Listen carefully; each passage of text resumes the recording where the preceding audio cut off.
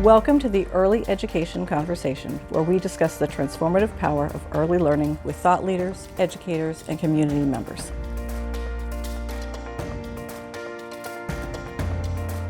Welcome to Early Education Conversation. I'm your host, Aruna Gilbert, and this is a space where we slow down and talk honestly about what it takes to help our youngest children thrive. My guest today is the Erin Mote, who is the CEO and co-founder of InnovateEDU, a nonprofit organization dedicated to accelerating innovation in education, improving data interoperability, and ensuring that technology serves as a powerful tool for access and opportunity for all students. She's also the founder of Project Unicorn, which I just saw on LinkedIn. You got a whole bunch of people, more schools added to Project Unicorn. Yeah. So you can tell that I'm a fangirl of parents. Project Unicorn is a national initiative representing over 1,300 school districts, plus the ones she just added, committed to data interoperability and privacy. She's also the leader of the EdSafe AI Alliance, a global initiative driving the safe model integration of artificial intelligence in education. I am one of her fellows. Proudly will wave that flag, like whoop, whoop. Whoop, whoop. I don't think there is a more consequential conversation happening right now about how children learn, how they play, and find meaning than one about AI. And that conversation is happening whether or not our field is in the room. So just yesterday, the Senate Commerce Committee held a markup on children's online safety, privacy, and AI, including a bill with AI toy safety in its actual title. Erin led a coalition of 36 organizations into that fight. And so lucky for us, we will get to hear firsthand what happened in that room. She's testified before Congress, I believe twice, on how artificial intelligence is reaching children, most recently telling the Senate that AI should not be allowed to replace the learning process itself. And my hope for this episode is that you walk away knowing two things: where AI is actually going to show up for a child under 5, and what is happening in Washington right now for that exact age group. So our field can start showing up in these rooms too. Erin, welcome to the show. It's such a pleasure to have you here. I'm so happy to be here. I'm so happy you're a fellow. We're benefiting from you being in the fellowship. I hope like a little bit that you're getting from us, but oh my we're gosh. so excited to have this. I'm so excited to have this conversation. I think a lot about all learners, and I think we need to be having a calling in, not just of our students who are in K-5, but for our students who are, and for our parents, frankly, who are trying to navigate this conversation for all ages. Absolutely. I was about to sneeze. So I happens to the best of us. I know. I always start with the same question, no matter who's sitting across from me, because I'm so curious. What does early learning mean to you? Yeah, I mean, so I thought about this a little bit because I knew this was going to be the first question. And the first thing that really pops into my mind when I think about early learning is just the joy of play as a means for learning. And I think we hold that in the early learning space really, really well, that it is through play young people understand how to do some really important things that translate all the way into the workforce, right? Your ability to play with others is the ability to work in multifunctional teams, the ability to sort out, what is sort of how you think through a game with others is also something that goes all the way up. And so when I think about like what is essential in early learning, I think it is that human-centered, hands-on, play, joyful experience that really can help us anchor in the critical skills that all young people are going to need. And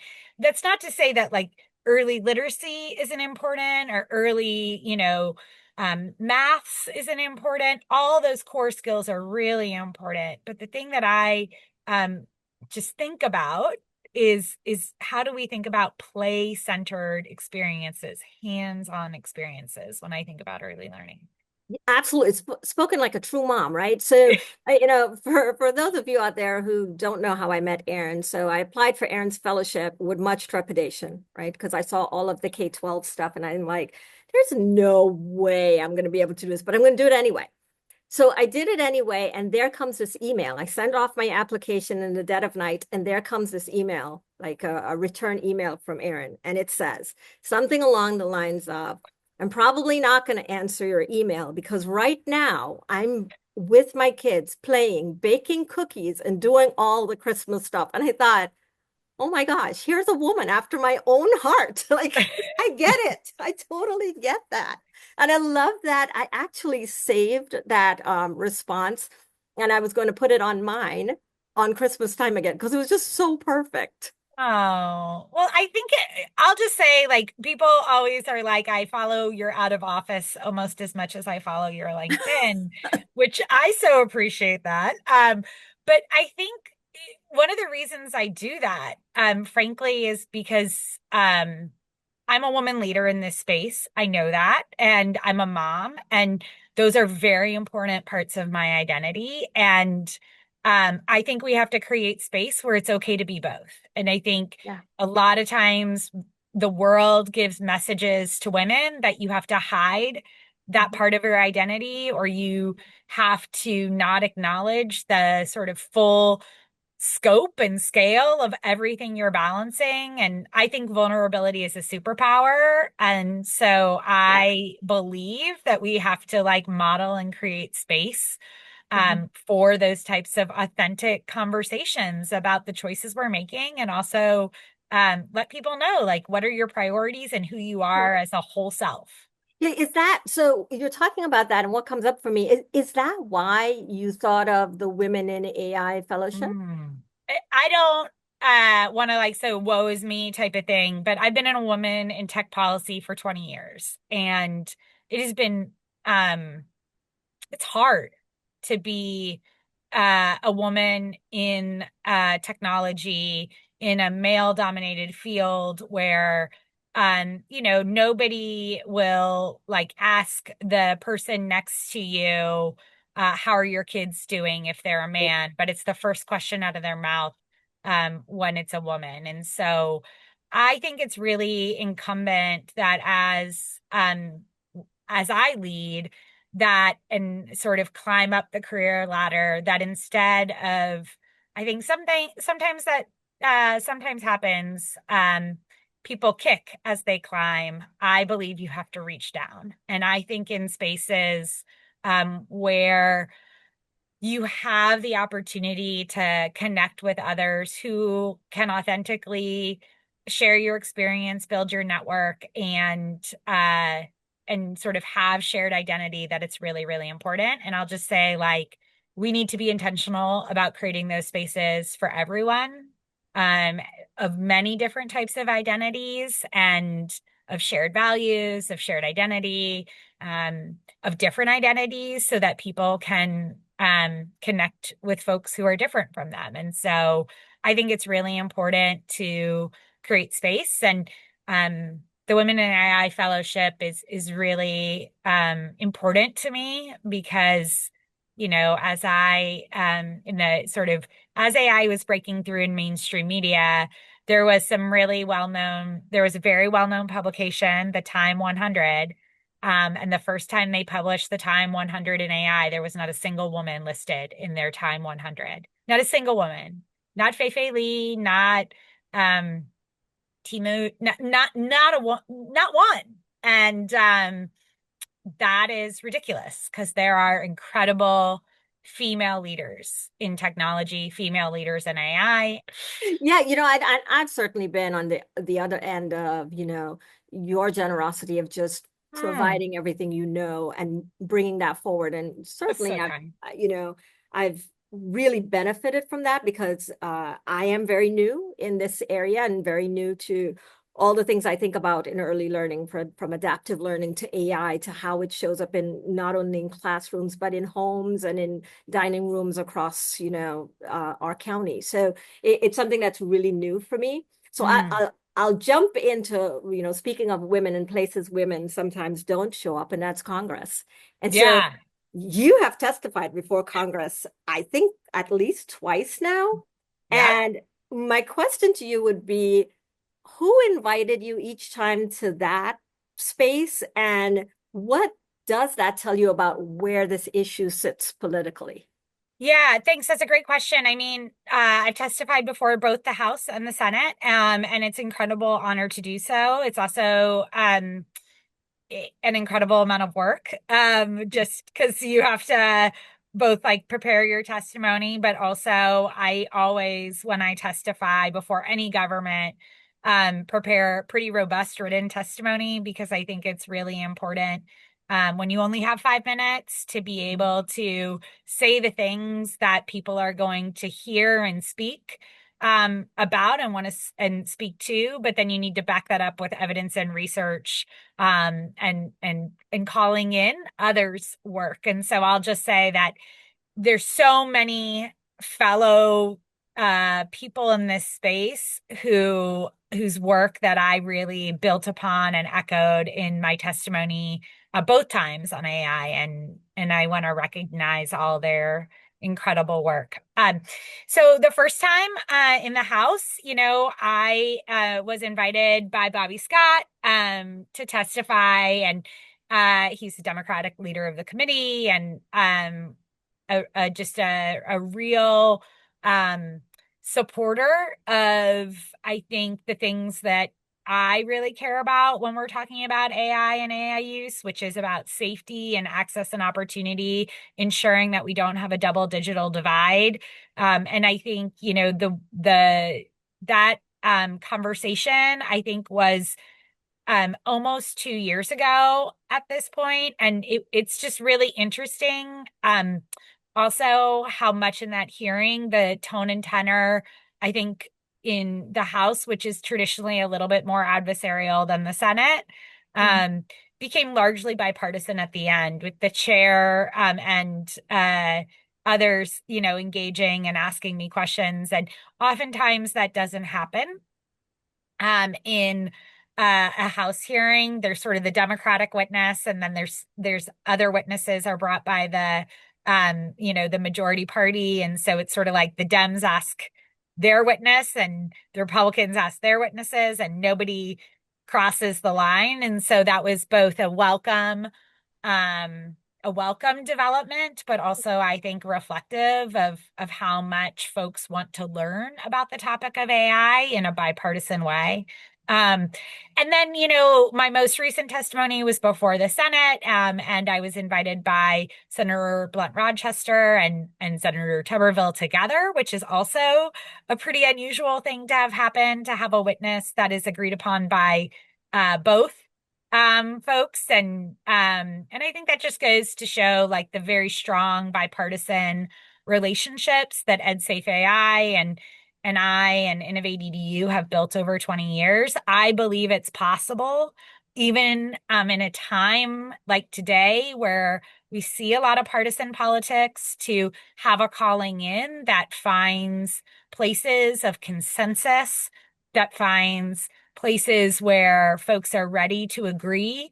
And I think I really applaud both Senator Tuberville and Senator Blunt Rochester, not just for that hearing and really keeping the tone, the tenor, and the focus bipartisan, but as a follow-up to that hearing, asking the General Accountability Office to get some of the answers and to do some exploration of some of the core issues that were brought up in that testimony. And they did it together. And I think that's the type of bipartisan leadership we need on behalf of young people right now. And so that is what I am working towards, that we're all on the side of America's kids.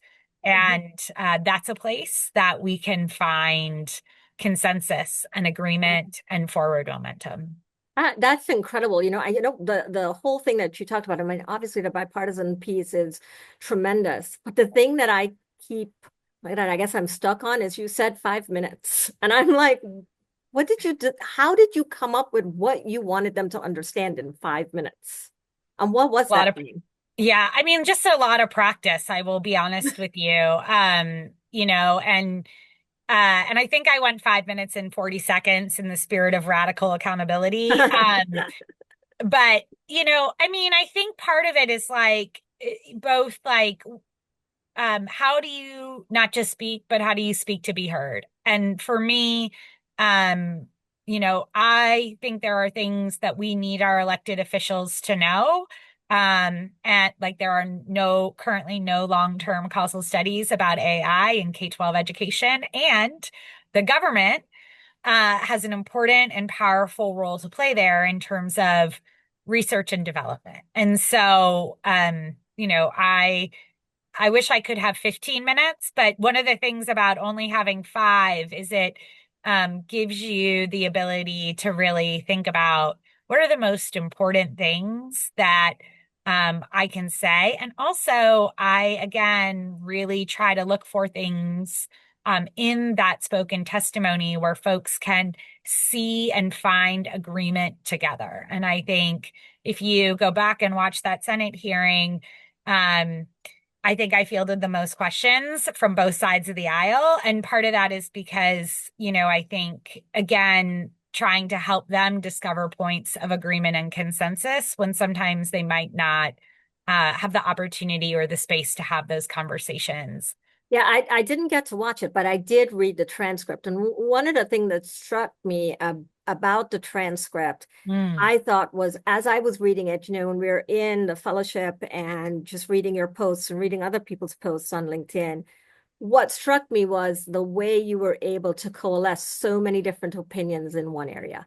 mm, And it was, something really, you just spoke about, you know, speaking to provide information and be heard, right? Not just to speak. And so I thought it was really unique the way you were able to coalesce all of these things and just bring forward this.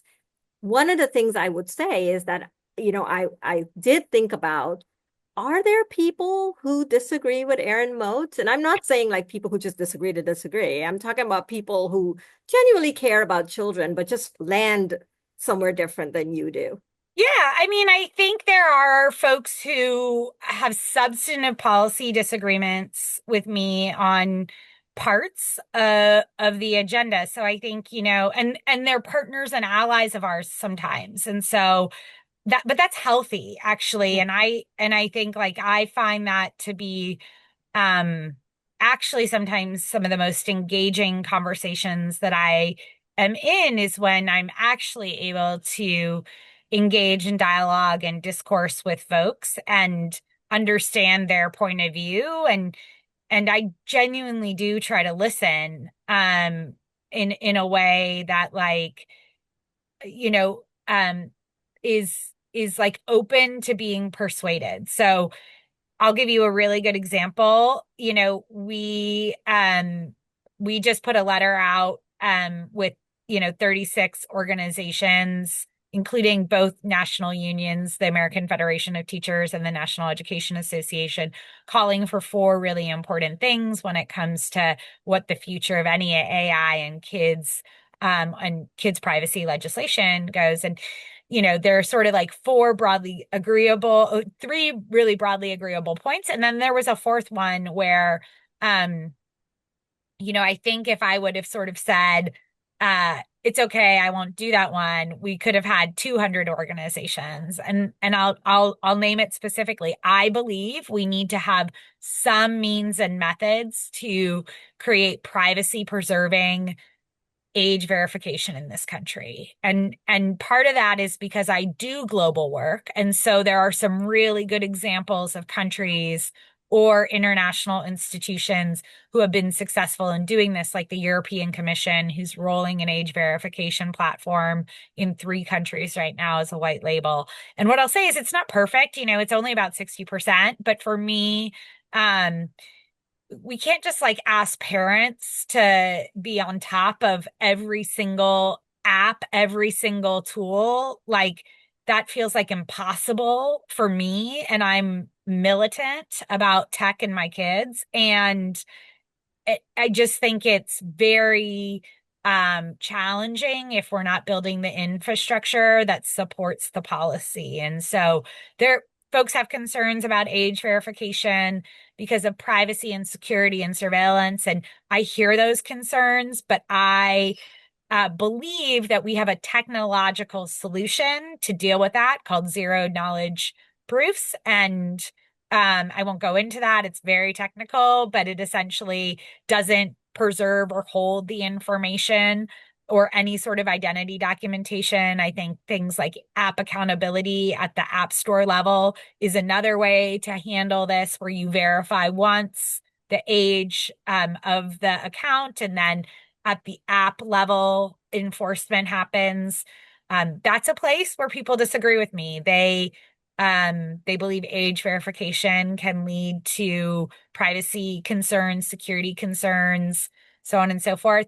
I agree if we don't design it well and if we're not architecting a secure technical solution.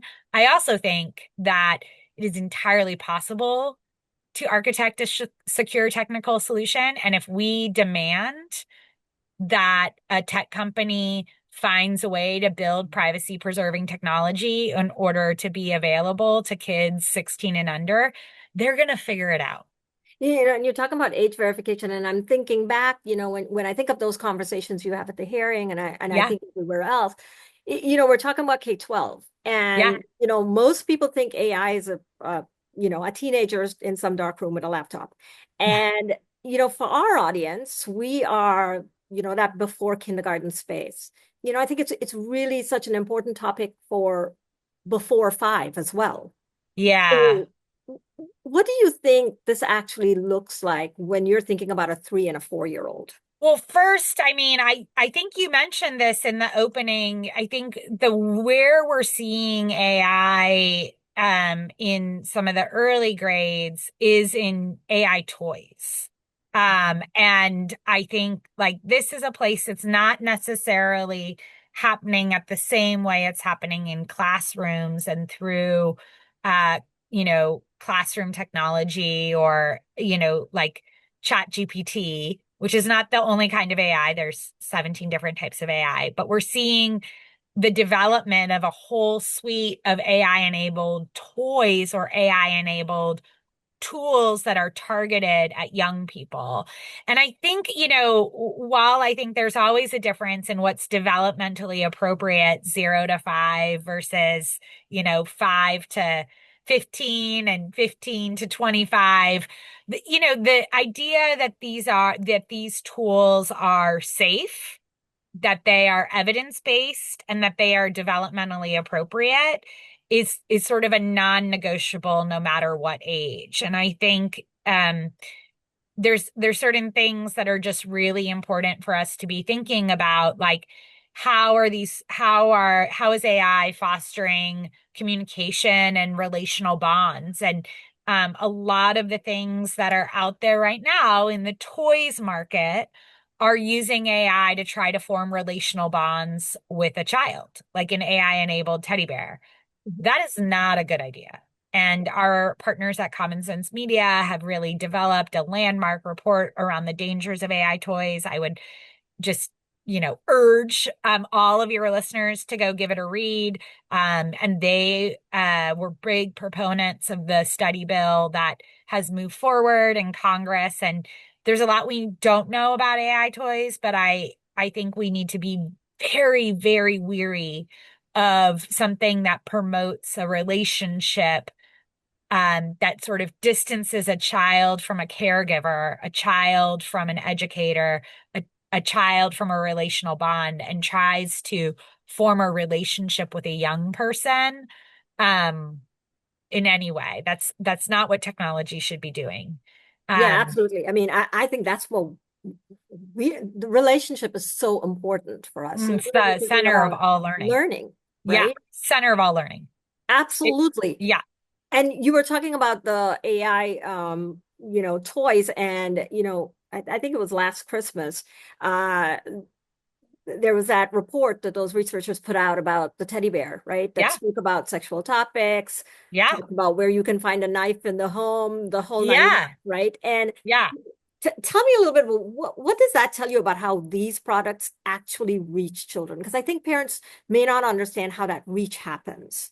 Yeah, I mean, I think it tells us a lot about who's designing these products and what they're not doing, which is adequately testing them to make sure that they're safe, accountable, fair, transparent, and efficacious with kids. They are rushing to market to capture the biggest toy season of the year, which is the holidays, right? They are not developing these tools and toys alongside folks who understand the science of learning and development, or even caregivers, so on and so forth. And so you can build for safety. You can have safe by design. It is possible, just like it's possible to do privacy protecting age verification, but that's not happening in the commercial marketplace right now.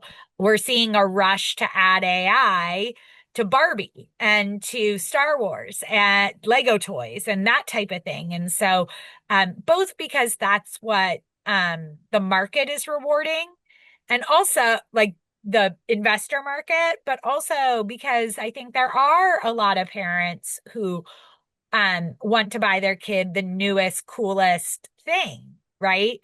And so I think we have to be having conversations with parents and caregivers, educators, and even kids around, um, how to engage with this technology. And I think about this a lot as a mom. I know I have an 8 and an 11-year-old, and we have conversations around, um, like how AI talks to them when they're using a generative AI platform. And I kind of had this very proud moment a couple weeks ago where my daughter was like watching a video with a friend, and she's like, "Come on," she's like, "That's AI," and I was like she has had an experience of becoming AI literate enough that it's not like I have to say that, but because the way as a parent I have thought about this is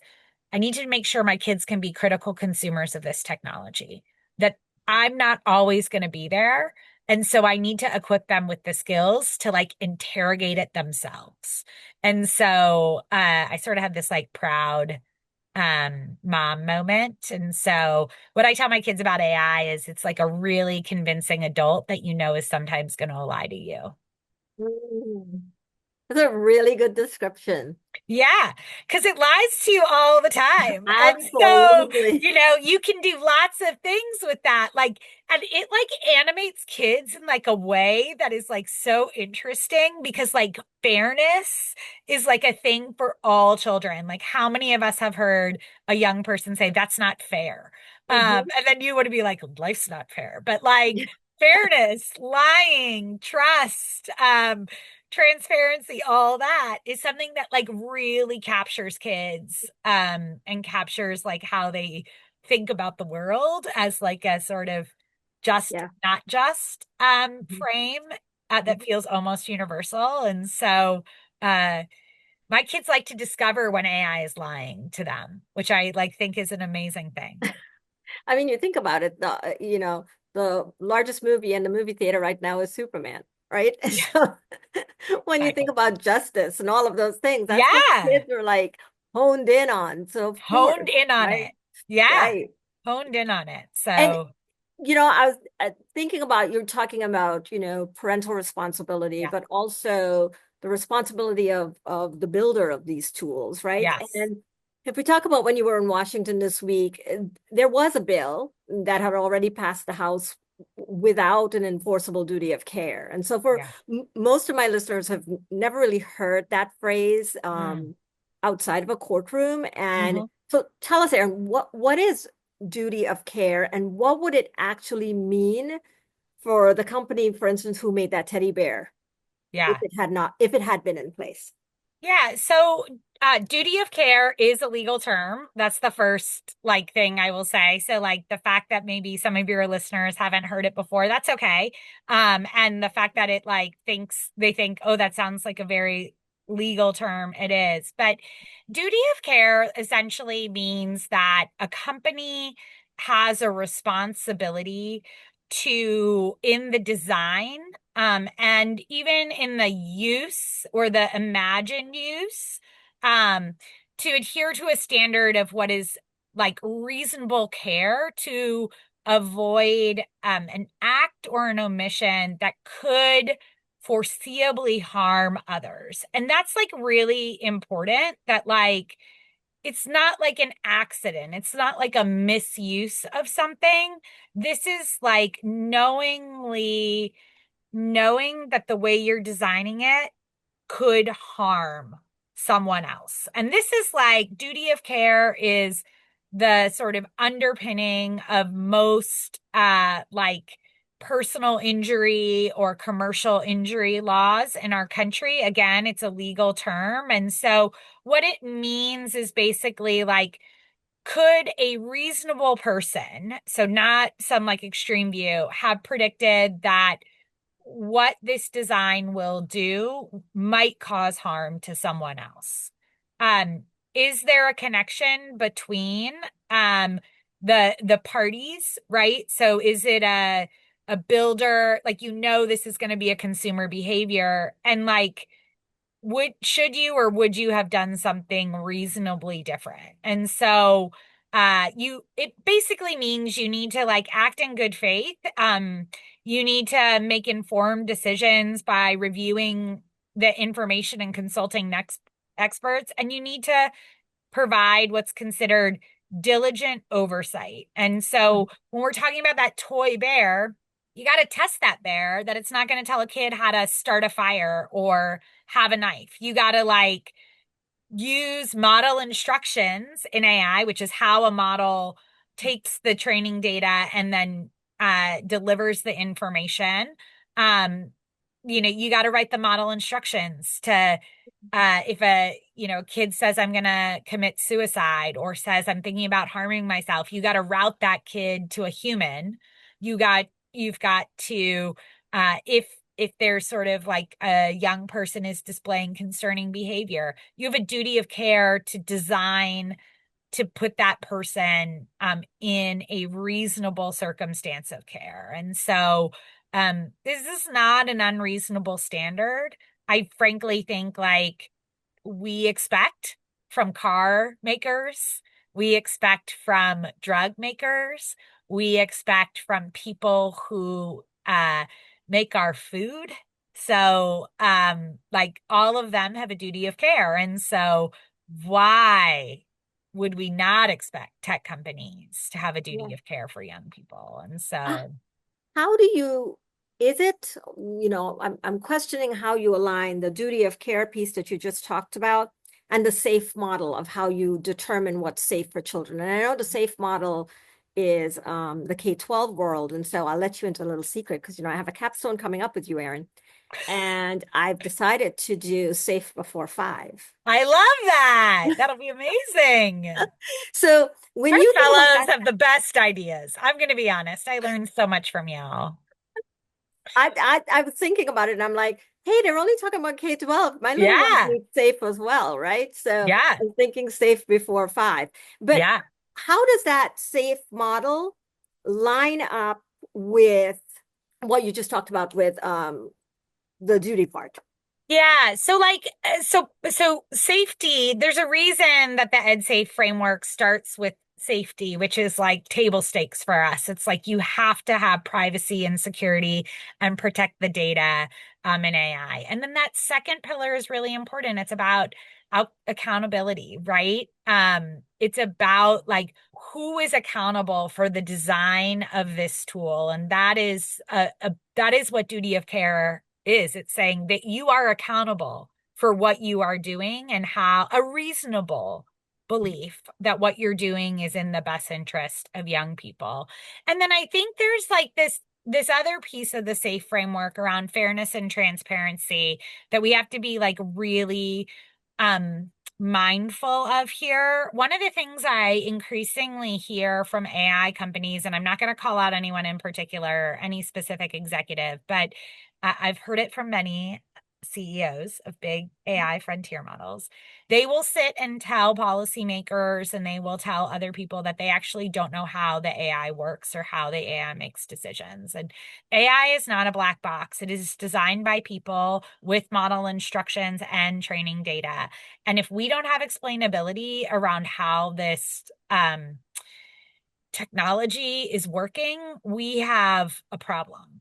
If and especially I think this idea that like when we're thinking particularly in education tech, I think for me, a duty of care is really about the legal and ethical obligation that developers have to prioritize the safety, well-being, and cognitive development of students and to not build tools, particularly in education Yeah. technology, that allow for things like cognitive surrender, cognitive offloading, sycophantic loops, dark engagement patterns. And so while the bills that move forward in Congress are on consumer tools, I think they're, as you probably heard in my Senate testimony, there are certain things that if technology is going to show up in any classroom or in any learning experience, has to meet a minimum bar in terms of supporting cognitive development of young people. Yeah. So we're going to pivot a little bit. We're going to come into Okay, Florida. We're going to move to Florida. here we go. We know that Florida's AI guidance is coming from a task force in your policy Yeah. lab and kind of running out of the University of Florida. Yep. Um, A talented group of people, I have to say, and really grateful to the University of Florida for hosting the task force, but it's really best in class in terms of representation mhm. of a diverse variety of stakeholders. And it is K-12 only, though, I will say that. It is K-12. I'll have to give Maya a call and let her know we Yeah, don't give talk her a about K ring. four, Where's five. the when your project is done, we can start a new one. For Absolutely. there we go. Absolutely. We have our next thing. Our next thing. Okay, go ahead. Absolutely. But when you think about that AI work in Florida, it's still asking the state for funding. Yep. And that group writing the family facing materials kind of the district hands to parents. Tell me a little bit about who is at that table speaking for a 3-year-old. And I know you're saying K-12, but are they thinking about where this is all going to start one day? I mean, I do think they're not thinking about it. I think though that like they are they sort of have a mandate, right? And so they're a bit confined by the mandate and the structural pieces of the system. And the reality is like our while we need a learning system in this country, we have built a schooling system. And that's a different thing because we are thinking about the institutions rather than actually, and I could talk about this forever. I wrote a Forbes column about this. I would love us as a country to think about for all young people, what are the learning experiences we're trying to create, not what are the schooling experiences we're creating. Because I think if we would have the learning conversation, the permeability between what happens 0 to 5 and what happens, like PK to 5 would look really, really different. And frankly, we'd be having much more holistic conversations about child development Yeah. than these sort of like artificial institutional silos. Sorry, I just like went off on a tangent there, but welcome to what I believe section of the podcast. But I will say that like I think they are thinking about early development. I think one of the things in the K-12 task force in Florida that I have really noticed is that they believe that AI literacy is a foundational literacy. They are not thinking about it as a separate thing from math or reading or science. They are thinking about every teacher, every classroom, and how they are being cognizant of how AI is coming into all different types of experiences and what's the foundational AI literacy that needs to be built for all educators, all parents, all families, all communities, all students. And so that I think is just a really like best in class Yeah. set of orientations. Because one of the things I see a lot in other states, I'm not going to call anybody out, is like AI is just computer science or AI is a deviation of computer science. And I think that is a fundamental misunderstanding of this technology. This technology is an arrival technology. It's going to fundamentally disrupt the way we work, we live, we learn, we relate to each other. And so it's not just going to live in computer science. And if we are confining that type of AI literacy and scaffolding around AI to one discipline like STEM or computer science, we're going to shortchange generations of learners. So I hope that answers your question. It does. When I think about AI learning, right, I think about what we used to think about the pre-K world. That birth to four world was always the Yeah. world where, you stick a kid in a place to be safe so mom can work, so dad can Yeah. work, right? And we thought that learning happened when they hit 5. They get to elementary school and they learn to read miraculously. They wake up one Yeah. day and suddenly they can read. And I think about Yeah. AI the same way, that we shouldn't really look at it in a way where we're not starting from ground up, because I think when we talk about brain science for children, and we know birth to 4 is where the brain grows the most, and Yeah. Most foundationally neuroplastic. Yeah. put that there, Yeah. Yeah. Yeah. right? And I think like there's ways we can teach about AI concepts without even having to like be on a screen. So like helping kids understand that AI is a sorting mechanism and Mhm. working with young learners to understand how things sort and patterns and that type of thing is like really, really important in AI literacy. And you don't need a screen to do that, right? You can use Absolutely. pictures to do that. You can use Mhm. color blocks to do that. But building those skills that are about sort of that computational reasoning, which is the Mhm. heart of all AI technology early on is important to AI literacy. And just like you said about reading, I think um we did generations of kids a disservice by not investing in things like early literacy and family literacy. And I think now we're understanding that neuroplasticity that you talk about, 0 to 4, is so foundational to Mhm. understanding and getting a leg into literacy. Just like I think we are now understanding from the brain science that our ability to intercede early when a student has a reading related disability is trajectory changing for literacy for that young person. All disabilities, obviously, early intervention matters, but I think we as educators are starting to understand the importance of things like universal dyslexia screening, early identification of reading difficulty, and what that means for the trajectory of that learner and their ability to engage over the long term. So that's what I mean about like we need to be having these conversations in much less siloed ways and think about like how do we move to a space where all kids are thriving? And if we had that as the frame, I think we would be having very different conversations about the schooling versus learning experiences that I think really matter. Yeah, I mean, you talked about early intervention, and I think when you think of a disruptor to a young child, Yeah. AI and these sorts of AI toys is certainly a disruption for any child's learning if not done right. Oh And my so gosh. thinking about early intervention, what Yeah. a great way and what a great time to intervene with those types of things to start that trajectory on a safer pathway. Yeah, and I think we've had actually some toys before that were educational toys. So I think about some of the leapfrog toys Mhm. and that movement that was really founded in cognitive Or neuroscience, cognitive development, and really thought about those pieces. Mhm. Even Mhm. things like a see and say that young people like 20 years ago would use to hear words as a way to build phonetical literacy. And so Absolutely. there's a way to do this. I think the Mhm. question is, for whom are we designing these for and for what purpose? Yeah. And I think like right now, um, we have to be really clear that there's a huge distinction between consumer tools and purpose-built education technology for Yeah. all learners. And Yeah. I think we need to equip folks to be able to know the difference and to sort out the difference. Yeah, I mean, definitely. So I'm thinking about so all of our childcare providers, there's Yeah. close to 650 of them across Palm Beach County, Yeah. who hopefully they're all listening, Erin.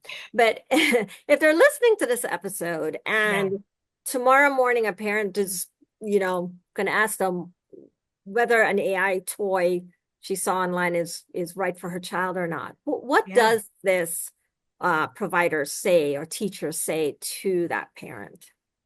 I think the question is like, why are you interested in that toy? Or what about it appealed to you? It's not actually asking the early educator to like decide whether that toy is right or wrong.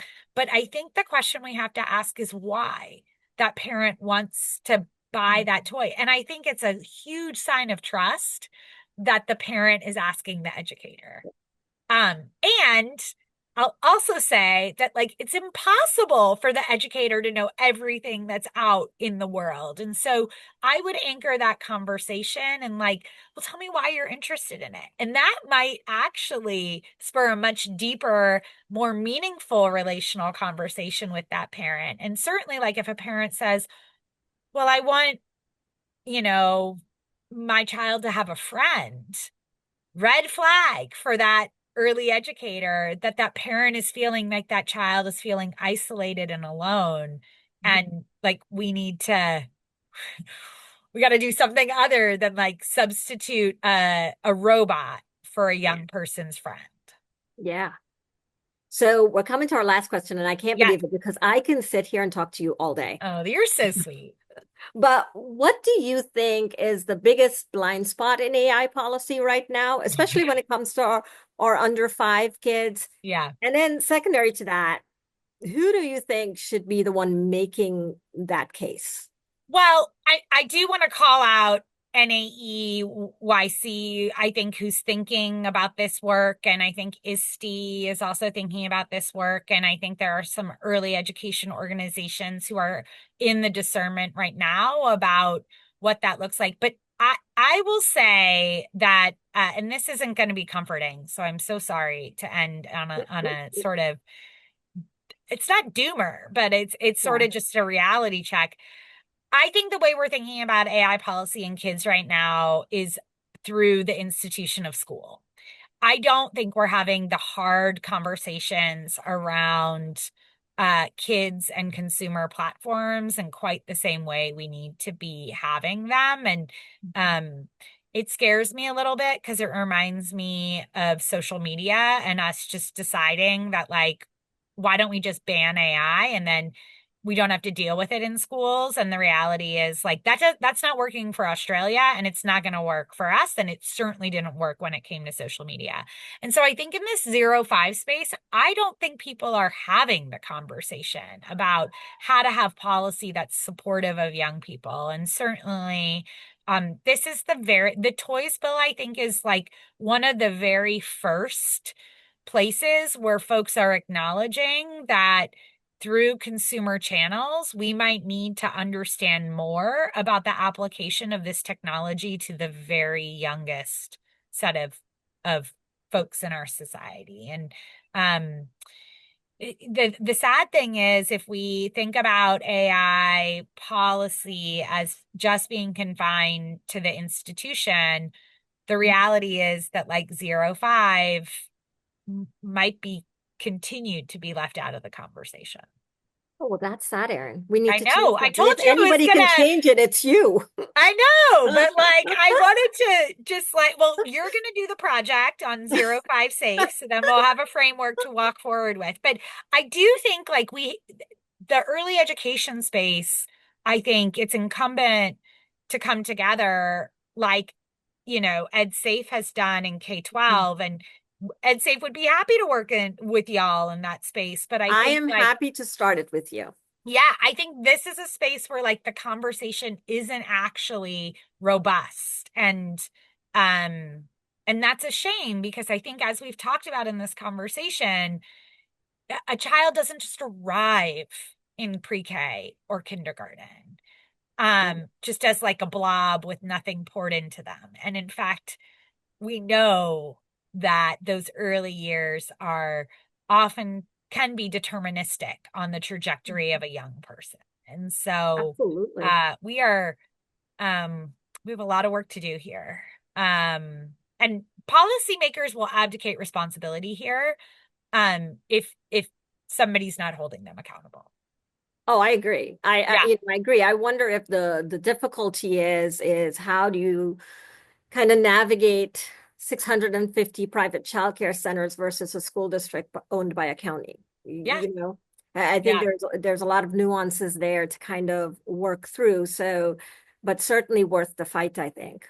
Totally worth the fight. And I think the other place that we need to be talking about is who's providing early educators AI literacy training so that if we don't have a consistent institutional lever, like we have a little bit more in higher ed and the K-12 space, then at least our early educators have the skills, competencies, and dispositions to be able to feel like they can have these conversations and to be able to feel empowered around this technology. And so we need to be thinking about who's making investments in AI literacy for our early educators, for sure. Oh, absolutely. Yeah.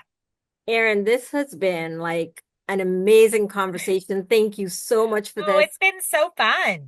I loved it. I mean, I really respect the fight you've been in. You've spent time in rooms that most people never see, telling hard truths at moments when probably would have been easier to say nothing. And our field is so much better off because you did. And so Thank you. I appreciate you taking some time with us today. And certainly on a personal note, I must say how much I've been appreciating all of the work that you and Andrea and the whole team over there is doing with us with the fellowship. I've loved every moment, and I'm always excited. I was actually really sad about not having anything in July, and I kept writing, going, "Are you guys sure there's nothing in July?" We're trying to give you a break, I was like, "Are you sure?" but we benefit from such a diverse and wonderful group of fellows, and it's been a pleasure having folks not just in K-12 in the fellowship this year, and I think that's really enhanced the conversations. And so to the early educators who are listening, don't have the same trepidation that others have had in applying and thinking this is only K-12. Apply, join. Like we will open applications in October, and we'd love to have more early education folks in the fellowship, even if we have to build the infantry of early education AI literacy ourselves, right? I'm going to change my name, and I'm coming back for another round. If you see this strange application come through, just know it's me. I'm coming back. I love it. I love it. I love it. You'll always get to be an alumni. Don't worry. Don't worry. Well, to everyone listening, here's what I hope you carry with you today. AI is arriving for our youngest children, whether or not we're in the room yet. And the good news is that the room is not closed. It is early. And Erin just showed us what it looks like to walk into that room and speak up. And that is exactly what our field can still do. So thank you for joining us on Early Education Conversation, and we'll see you next time.